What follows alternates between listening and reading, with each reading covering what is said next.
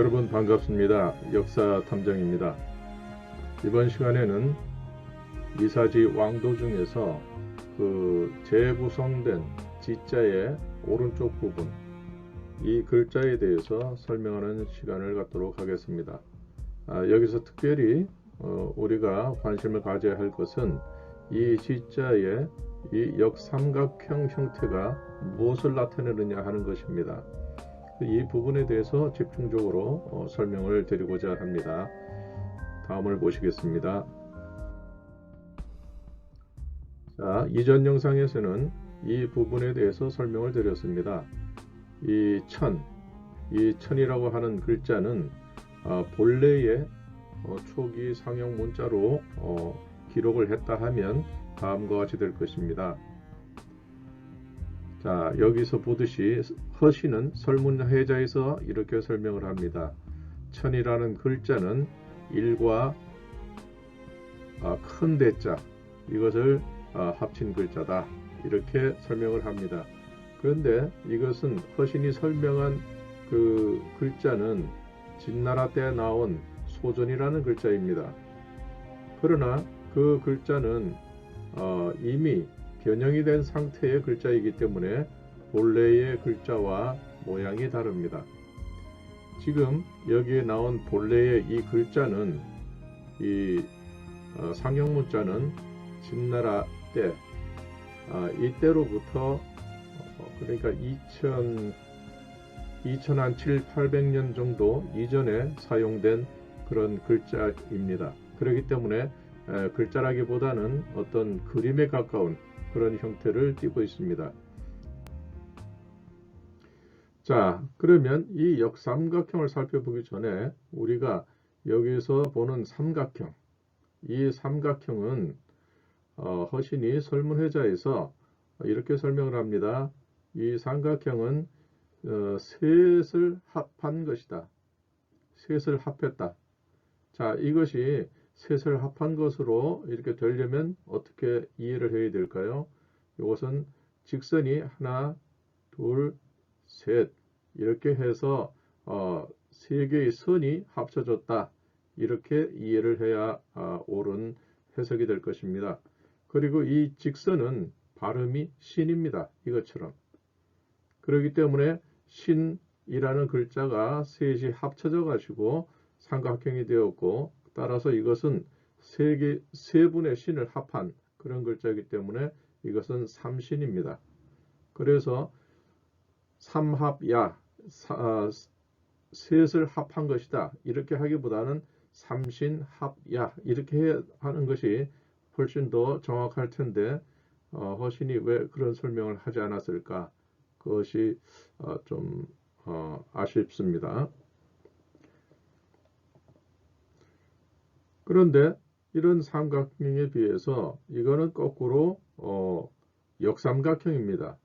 시기적으로는 이것이 먼저 쓰여진 글자이고 이것은 그 후에 나온 글자입니다.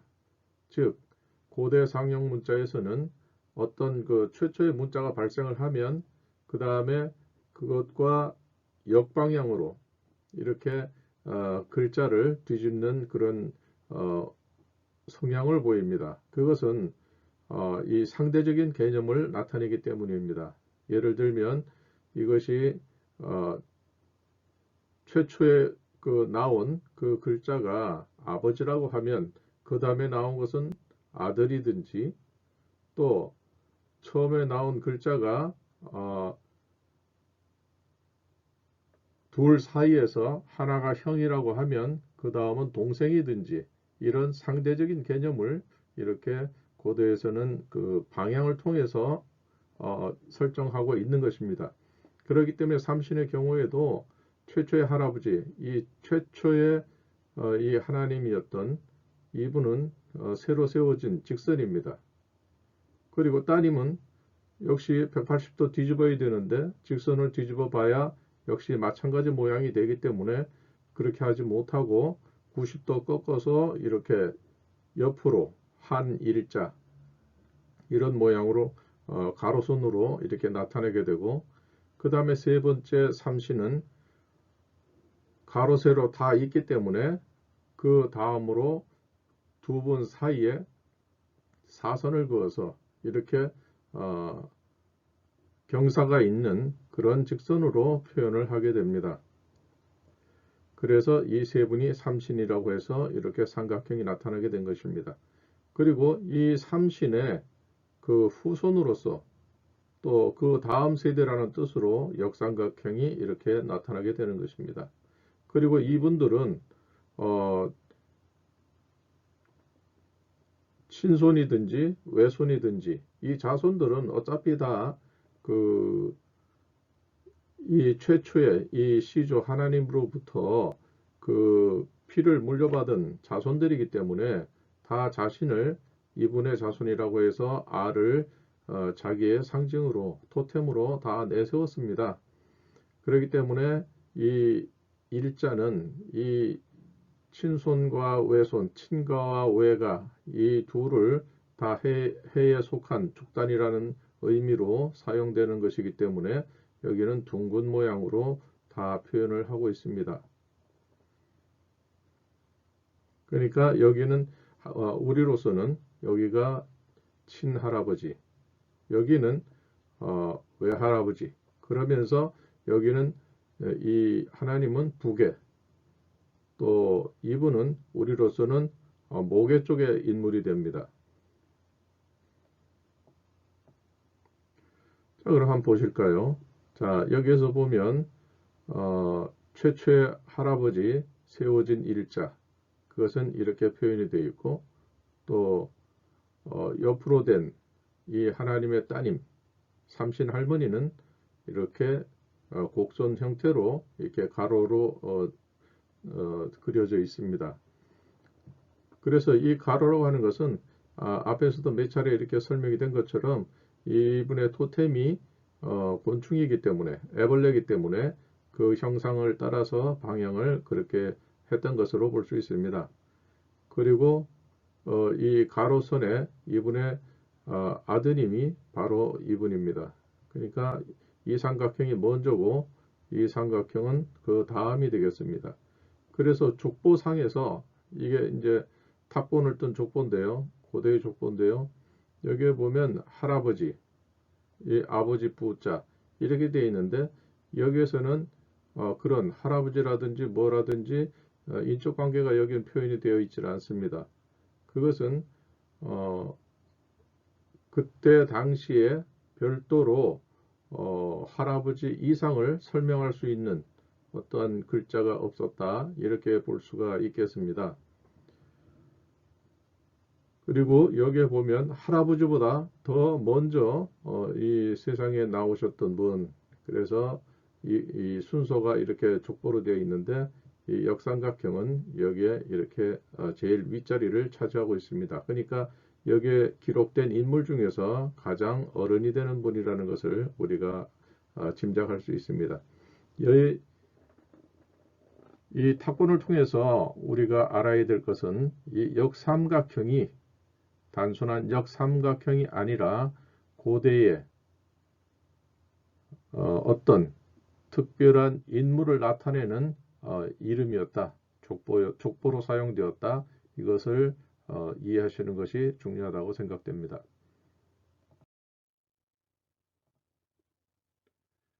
자, 그래서 여기서 보면은 삼각형이 두 개가 이렇게 있고요. 그 다음에 이게 발이 있습니다. 근데 이것은 이제 보면 최초의 삼신, 그분 다음 세대가 되겠습니다. 두 번째니까요. 그러면 이것과는 어떻게 역삼각형과는 어떤 차이가 있을까요? 그러니까 이분이 최초로 삼신으로 나타냈고 또 역삼각형이 나오고 그 다음이 여기 또 다시 역삼각형이 뒤집혀진 상태에서 이 정삼각형으로 돼서 자기 족보로 이렇게 나오는 겁니다. 그러니까 두 번째 인물, 이 천신이 된 그 시조 할아버지의 손자가 되겠습니다. 자, 여기에서도 또 이렇게 되어 있는데요. 이거 보면 이거는 오늘날 우리가 아는 한자로는 노풀고자를 써서 보자.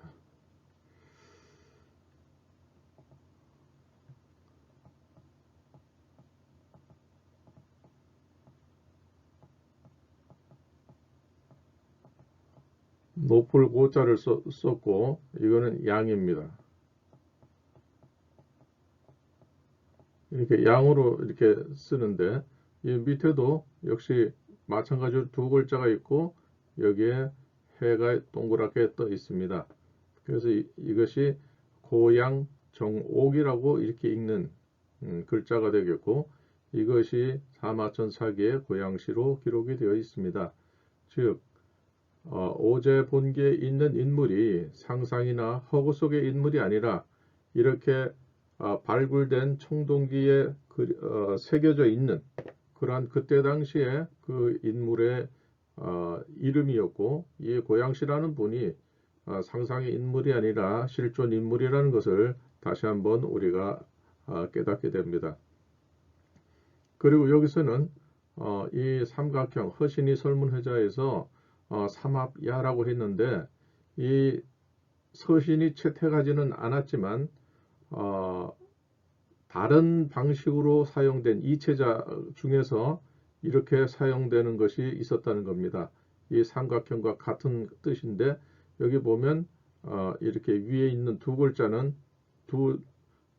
그대로 있고 밑에 가로획이 이게 점으로 되었다는 것이죠. 그러니까 이분은 시조 할아버지, 시조 할머니, 그 다음에 아드님인데 아드님은 제위에 오르지 못했고 또 그 아들이 제위에 오르면서 자기 아버지가 되는 이 삼신 중에 세 번째 이분에게 할아버지와 함께 남방을 개척해 달라는 그러한 그 명을 받고 그 남방으로 가게 됩니다. 따라서 이분은 중앙 정치 무대에는 활약할 수가 없었기 때문에 역사 기록에는 짧은 기록만 남아 있습니다.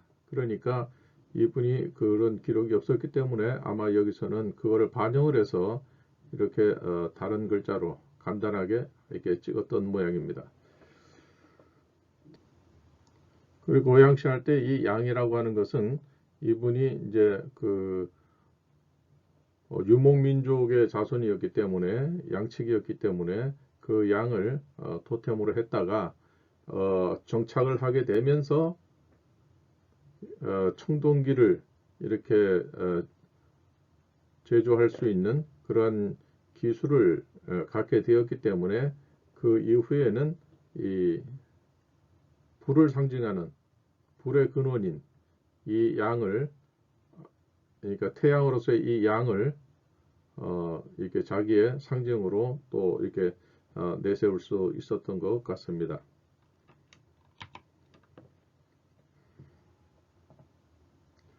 자, 그래서 여기서는 이 정삼각형이고 지금부터 나오는 것은 역삼각형입니다. 이것은 아들 자자라는 표시인데 이때 아들은 보통 우리가 아는 것은 해 모양의 원형의 모양에다가 이 손수를 해서 아들 자자를 쓰는데 여기서는 역삼각형의 아들 자자를 씁니다. 즉 아들이긴 하지만 이분은 자신의 정체성을 우리 쪽이 아닌 삼신 할머니 쪽에 그 아들로서 이렇게 표현을 하고 있는 것입니다. 자, 여기에서도 역삼각형 이것도 여기와 같은 양으로 되어 있지만 이 역삼각형이기 때문에 이것은 자기의 정체성이 저쪽이다 이런 얘기를 하는 것이죠.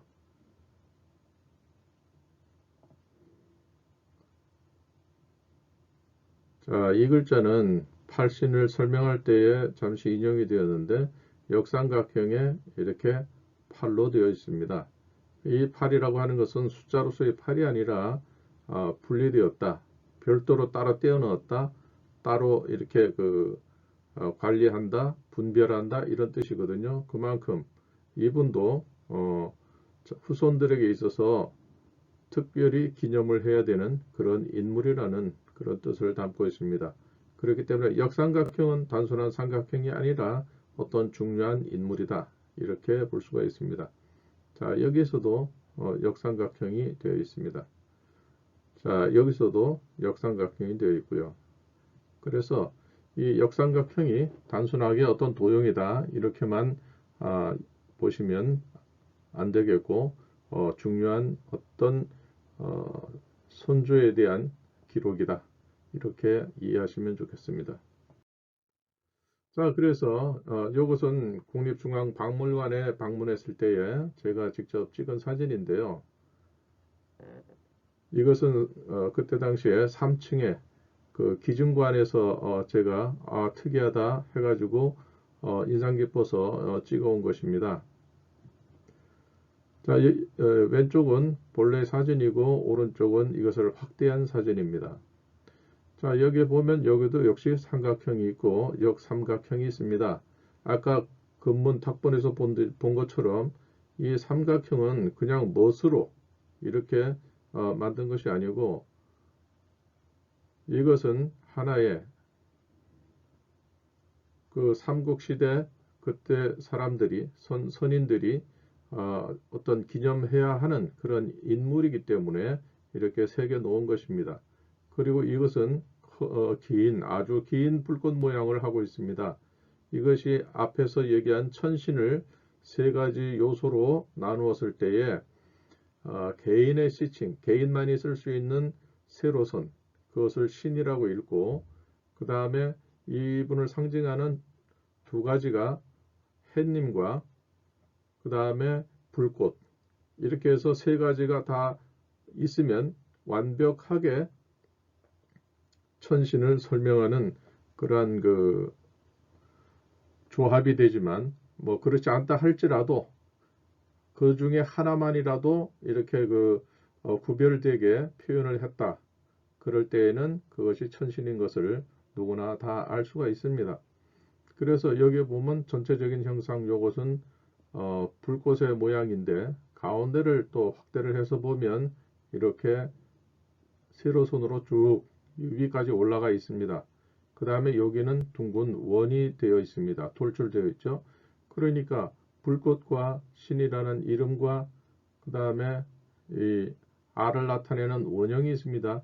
세 가지가 다 조건이 갖춰져 있기 때문에 이건 100% 최초의 한민족의 시조 할아버지인 천신을 나타내는 것이고 천신, 상제, 천주. 그래서 주장성, 지금의 남한산성에 거기에서 발견된 대형 기와에 천주 이렇게 기록이 되었던 것도 이분을 나타내는 것입니다. 그래서 이것이 상당히 좀 귀하고 잘 나오지 않는 이런 그 토기인데 이것을 기증하신 분은 참 어떤 분인지 참 감사를 드려야 될 것 같습니다. 자, 그래서 여기서 보면 역삼각형, 그 다음에 삼각형, 역삼각형, 삼각형 반복이 되죠. 근데 여기에서는 전부 정삼각형으로 이렇게 세워진 삼각형으로 표현을 하고 있습니다. 이것은 그때 당시 신라인들이 자기들의 이 고조선 때는 목의 사회였지만 신라 시대에는 북의 사회였기 때문에 북의 사회에서 자기의 친 할아버지, 자기의 시조가 이분이 아니라 이분이라는 것을 인식하고 있었다는 것을 우리가 여기서 알 수 있습니다. 그래서 이분의 역사가 삼신의 역사가 쭉 영원히 계속되기를 바라는 그런 마음이 여기에 담겨 있다고 볼 수가 있습니다. 그래서 이상으로 보면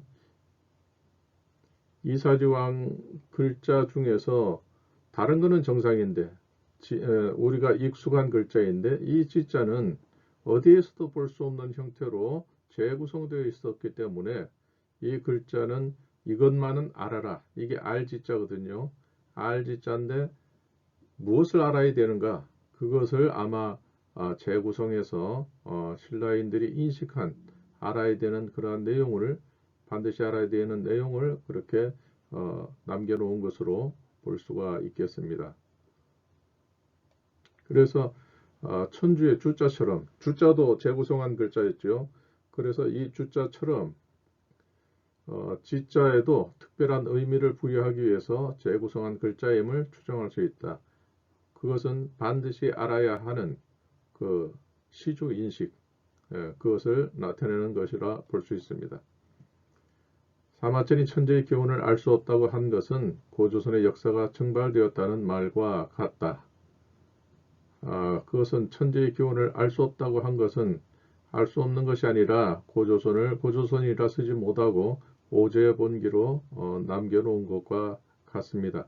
즉 이것은 두 가지로 해석을 할 수가 있는데 사마천이 고대 상형 문자를 이해하지 못했기 때문에 그렇게 썼다는 것도 가능하고, 두 번째는 사마천 자신이 대륙에서의 그 역사의 정통성을 황제에게 두었기 때문에, 다시 말하면 그 삼신 중에서 두 번째, 이 두 번째 신이 되는 그분이 결혼한 그 황제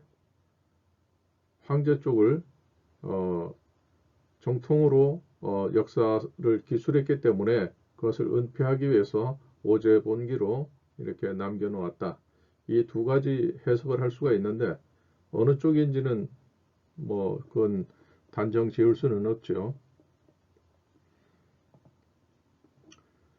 어쨌든 고조선의 역사가 분명히 있고 금문에서도 확인이 될 수가 있는데 그것을 알 수 없다고 하는 것은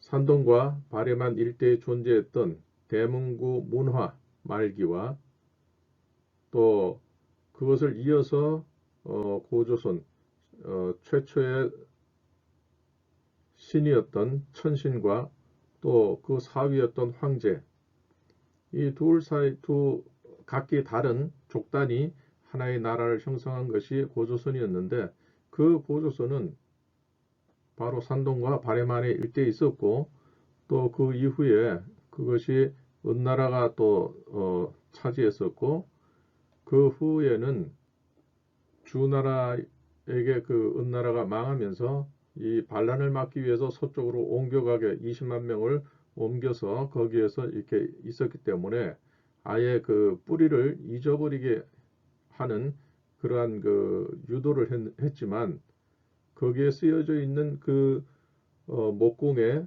그 유시를 보면 결코 잊지 않았고 반드시 하족을 정벌해라, 정복해라 하는 그러한 그 근문들이 여럿이 지금 발견되어 있습니다. 그렇기 때문에 사마천은 고조선을 부정했지만 진나라는 결코 고조선을 잊지 않았다. 그리고 신라인들도 역시 고조선을 그 문무왕 비문에 나온 내용을 보면 고조선을 잊지 않았다 하는 것을 알 수가 있습니다. 우리의 역사인식은 우리의 조상과 역사를 부정한 공자와 사마천의 기록으로 채워졌으므로 이 땅에서 발견되는 유물을 이해하지 못하는 건 당연하다. 그렇죠. 역사 기록 자체를 없애 버렸고 이 사마천은 이미 오제본교에서 고조선이라는 그 글자를 아예 언급을 하지 않았지만 공자는 아주 거룩한 말 속에 독곡물을 몇 방울 넣었기 때문에 그것 때문에 우리가 이 땅에서 발견되는 유물을 우리가 이해하지 못하고 또 역사적 자긍심도 잃어버리고 우리는 항시 소국으로서 중국에 굴복해야 되는 그러한 어떤 정신적 노예 상태가 되어 있는데 결코 우리는 그렇게 될 수가 없습니다. 그래서 가야인들도 자기 스스로를 중국이라고 말을 했던 것입니다. 이 부분도 나중에 다시 설명을 드리도록 하겠습니다. 그래서 이 땅에 나온 유물 여러 가지가 있지만 아까 지금 이 영상에서 설명드리고자 하는 이사지 왕도 마찬가지고 기마 인물상 역시 마찬가지고 그 이외에 다소 여러 가지 이해하지 못하는 유물들은 태반이 고조선 시대에 사용되었던 초기 상용 문자라는 것을 깨닫는 그러한 시간이 되면 이 영상을 만든 보람이 있다고 하겠습니다. 따라서 우리 역사 회복이 그만큼 시급하다 하는 것을 우리가 알 수 있습니다. 이상으로서 이사지 왕도에 있는 지자 중에서 역삼각형의 형태에 대한 설명을 마쳤습니다. 또 이사지 왕도에 사용된 그 이사지 왕도의 이미지는 중앙국립박물관에서 제공하는 대마존 도록 금관총과 이사지 왕 PDF 파일 중에서 인용을 했습니다. 그래서 이렇게 아주 그 상세한 그 내용을 공개해 주신 박물관 측에 진심으로 깊은 감사를 드리고 또 이 자료가 필요하신 분들을 위해서 홈페이지 주소를 링크 시켜 놓을 것입니다. 그러면 그 링크를 참고하셔서 그쪽에 들어가시면 바로 다운 받으실 수 있습니다. 아마 도움이 될 것이라고 이렇게 생각이 됩니다. 이것으로 영상 설명을 마치도록 하겠습니다. 고맙습니다.